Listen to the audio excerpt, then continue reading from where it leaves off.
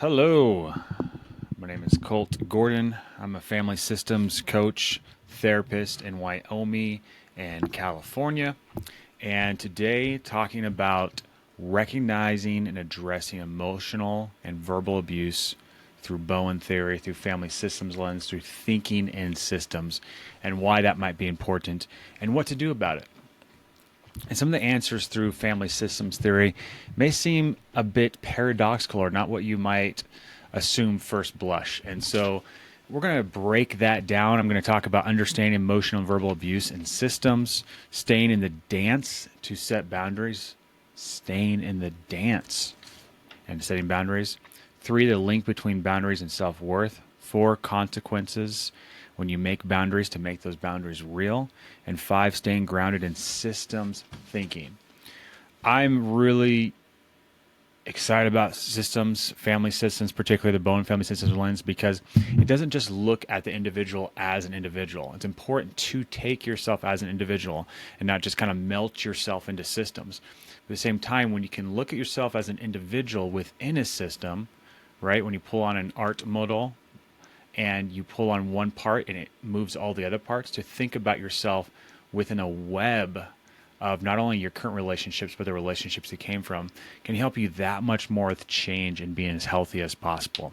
Why? Because when you self-differentiate and you think about yourself within a system, you can start looking at yourself from the bird's eye view and recognizing the system's going to do what the system does, and I can work on changing me in order for transformation to happen.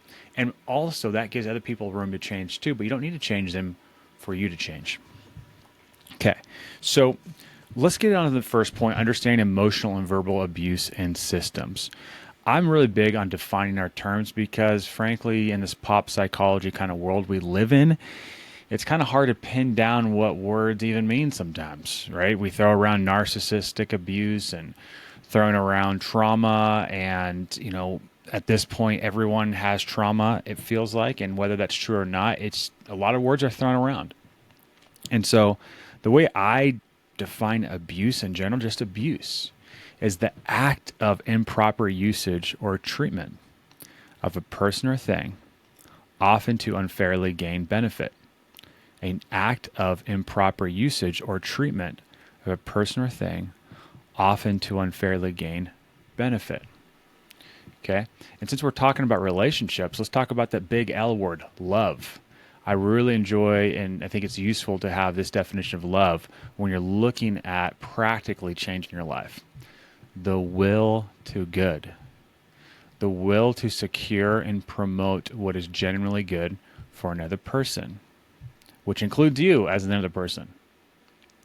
Okay, so defining verbal and emotional abuse. I got this from WebMD. I thought it was a very helpful definition on WebMD. It's a range of words or behaviors used to manipulate, intimidate, and maintain power and control over someone. Let me say that again. It's a range of words or behaviors used to manipulate, intimidate, and maintain power and control over someone. Think about that for a second. Sit with that. Someone might come to mind. Maybe you're guilty of doing that. So this is not to be confused with having needs, wants, and boundaries, right? That's the dance of intimacy. That's that willingness to be vulnerable, to ask for what you need and want, and to be assertive, assertiveness training. That's not the same thing. Getting what you want or trying to get what you want is being in relationship, having needs, right? And thinking again of that definition of love, the will to good. I'm asking, is this good for me? And I'm hoping good for you as well. That's different than trying to do something through words or emotions to maintain power or control. Another way of putting that is playing God, trying to be the director of someone else's life or a group of people. If you are a director, that's a different story, and there's certainly, I don't want to get too far into that realm, but there's ways to do that in a healthy way, of course, but that's not what we're talking about here. So let's talk about how this fits into family relationship systems. Abuse can be perpetuated by systemic dynamics, such as high anxiety, blurred boundaries, and cycles of enmeshment. So depending on the kind of family system you come from, it could very well normalize that kind of abuse, right? Maybe a very controlling father or mother is because I know what's best for you and I want what's best for you versus treating a child like a little person, a little individual, a human. That doesn't mean they run amok. No, parents do need to be parents. But just understanding that a certain system dynamic might actually normalize that verbal or emotional abuse. And some of those patterns are when you'll never set a boundary before because it might feel impossible because deep down you may not believe you're worthy of having one. This belief is often shaped by your family system.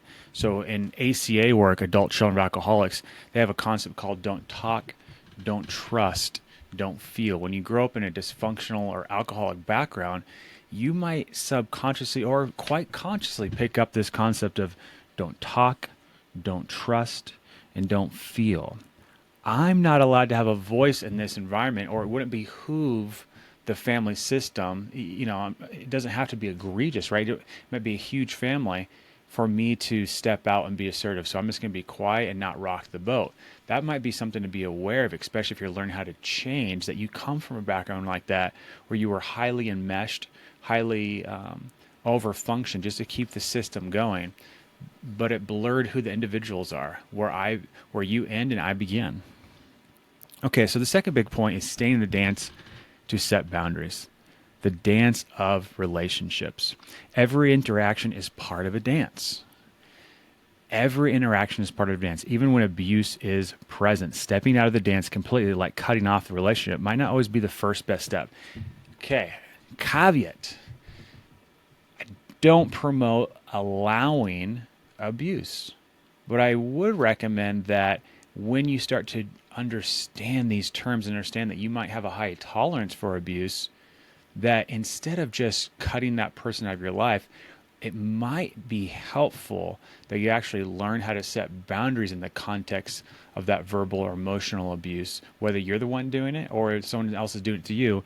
Because if you just cut someone off, what happens is you can go and find another relationship that is exactly the same. You haven't learned much. You still have a high tolerance for abuse, and so you can't identify because you never practice identifying it. And even if you did identify, you didn't practice those boundaries that are necessary for change and for transformation. I hope that makes sense. So think about, if I'm going to change, I need to work with what I'm in order to change myself. And if it's still not changing, you can talk about no contact and moving forward there. But if you haven't at least even done boundaries, it's important to do that. So staying in the dance allows you to experiment with boundaries and slowly change the pattern. And really what you're changing, again, is you. So recognizing your role. And Bowen family systems theory emphasizes the importance of seeing how you're a participant in the system without blaming yourself. If you tolerate abuse, it's often because the system taught you that that was your role. You're the oldest, or you're the one we're counting on. You're the, more or less, the butler, right? You're the caretaker here. We need you. So recognizing that you may have that kind of hero role put on you in order for you to start practicing in real time now so that you're not continuing that role. If that role's working for you, great, keep doing it. But if your life's not fulfilling, then you might want to go towards that. So practice staying engaged while shifting dynamics. It's important to use I statements and clear and calm communication. Calmness is everything. I'm noticing that it's getting tense in here. I would appreciate if we keep the tenseness down so we can get to where we want to go. Easier said than done. I won't tolerate being called names. If it happens again, I will remove myself from the situation.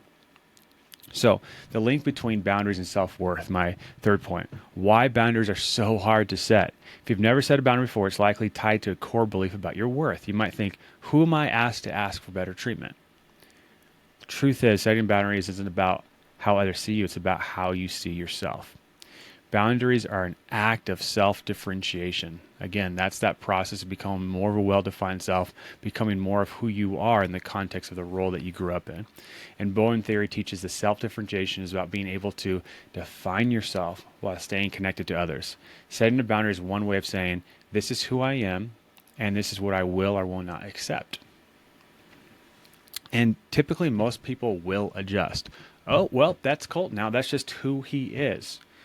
And it might help if that means you're the bad son now or the bad daughter. Okay, I'm the bad son, but this is who I am, right? Not needing to defend and be right in that regard. Okay, this is such an important point. For consequences make boundaries real. A boundary without a consequence is just a suggestion. So if you continue to speak to me in this way, I'll leave the room. Right? If this behavior doesn't stop, I may need to take a step back from this relationship. And the ultimate consequence is leaving, right? Again, I don't recommend that being the first choice. But if you're in an alcoholic abusive relationship, verbally, emotionally, physically, or otherwise, the last thing a codependent does with an alcoholic typically is leave. So why should the alcoholic stop drinking? But if that's not a real consequence, you can't move forward. Yeah, but then the money, then this, right? But if there's no real consequence, there are consequences for leaving, of course, then nothing's going to change. Okay, so the fifth step, staying grounded in systems thinking. So having clarity, being able to see yourself as not just an individual stovepipe, but part of the spider web of the family system you come from in your current relationships. When you understand your role in the system, I'm an overfunctioner or I'm an underfunctioner, for instance, you can make intentional choices rather than reactive ones. You can learn to respond to that system's pinging in order for you to become more mature and to become more healthy as a result. It's not about blaming yourself. I can't believe I'm so enmeshed. It's about finding that role that you play, being real clear on what your proclivities, what your tendencies are, so that you can outgrow them, so you can differentiate from them. And that's an ongoing process. You don't just arrive there one day like, oh, I'm differentiated. This is ongoing. I'm still doing this work. My mentor, Jerry Wise, is still doing this work. When you find your power to create change, it can change everything because no one else has to change. The system doesn't have to change. You change in the context of the system. If you become enmeshed and people please, you're not changing, right? You're glomming onto the system so that your anxiety lowers and the system's anxiety lowers, but guess who's still stuck? You. Cutting off is not real change because no matter where you go, there you are. And you repeat those patterns. But when you can change within the system, right? When you can work with the system you were given, doesn't mean tolerate abuse, work with it, understand, okay, this is not healthy, this is abusive, I need to learn to say no. When you change, everything can change. And the system, whether it changes or not, is the system and you can be free within it. But when you change, it also gives everyone else room to look at themselves in the mirror and change as well. But if you're constantly knee-jerking around everywhere, no one has room to change because you're constantly the buffer to keep it all the same. You're defending, you're arguing, you can work on that. So, key takeaways: abuse thrives in systems that lack clear boundaries, but you can change the dynamic by staying in the dance and defining yourself. You can change that dynamic from you. Setting boundaries, even if you've never done it before, it's a step towards remaining your self-worth and reducing anxiety in your relationships. Remember, boundaries are not about controlling others, they're about protecting yourself. And a boundary without a consequence is not a boundary, it's a suggestion.